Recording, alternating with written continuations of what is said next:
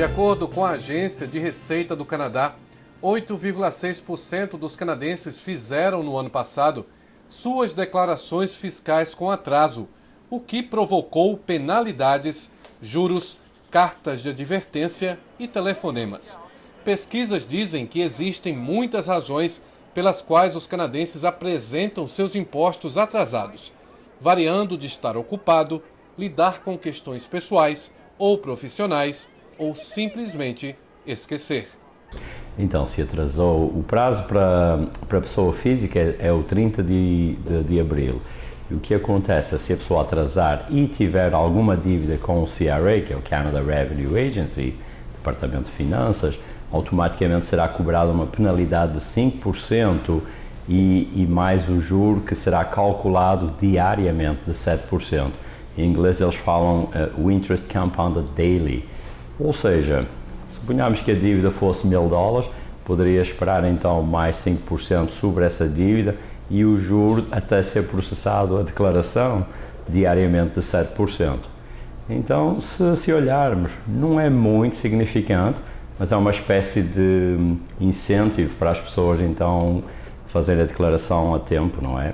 Se a pessoa já for, por exemplo, self-employed e sole proprietor, ou seja, pessoa física, mas com uma pequena empresa, então o prazo automaticamente estende para junho 15, inclusive para seus esposos, esposas, partners, etc.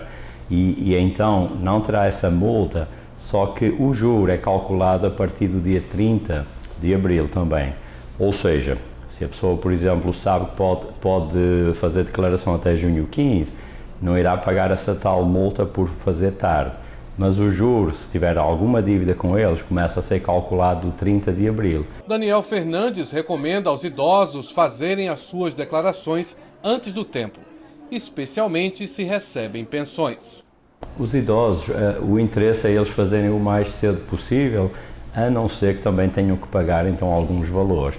Temos muitos casos que as pessoas, por exemplo, têm pensões de União, pensões do Canada Pension, Old Age Security, e na maioria eles não pedem para que se tirem descontos diretamente com o pagamento que recebem, o que significa que a maioria deles acabam por ter que pagar no final do ano, porque se juntarmos são rendas de União, renda de CPP, Old Age Security, e alguns têm algumas pensões, inclusive de invalidez, de WSIB, etc.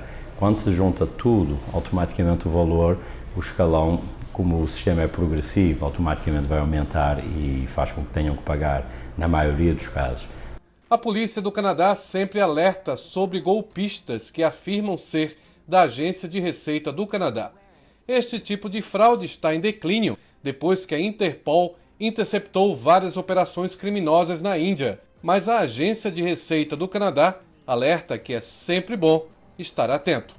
Olha, está melhorando, ou seja, eu creio que os sistemas governamentais estão implementando mecanismos para evitar e para reduzir essa fraude, mas continua assim. Temos tido menos pessoas nos alertando que receberam uma chamada ou receberam um e-mail, inclusive, agora estão usando e-mail, inclusive text message, e claro, são bastante alarmantes, que são muito ameaçadores, tipo, foi-nos notificado que você cometeu isso ou aquilo de fraude na sua declaração e se não nos contactar imediatamente poderemos enviar policiais para prendê-lo, inclusive deportar.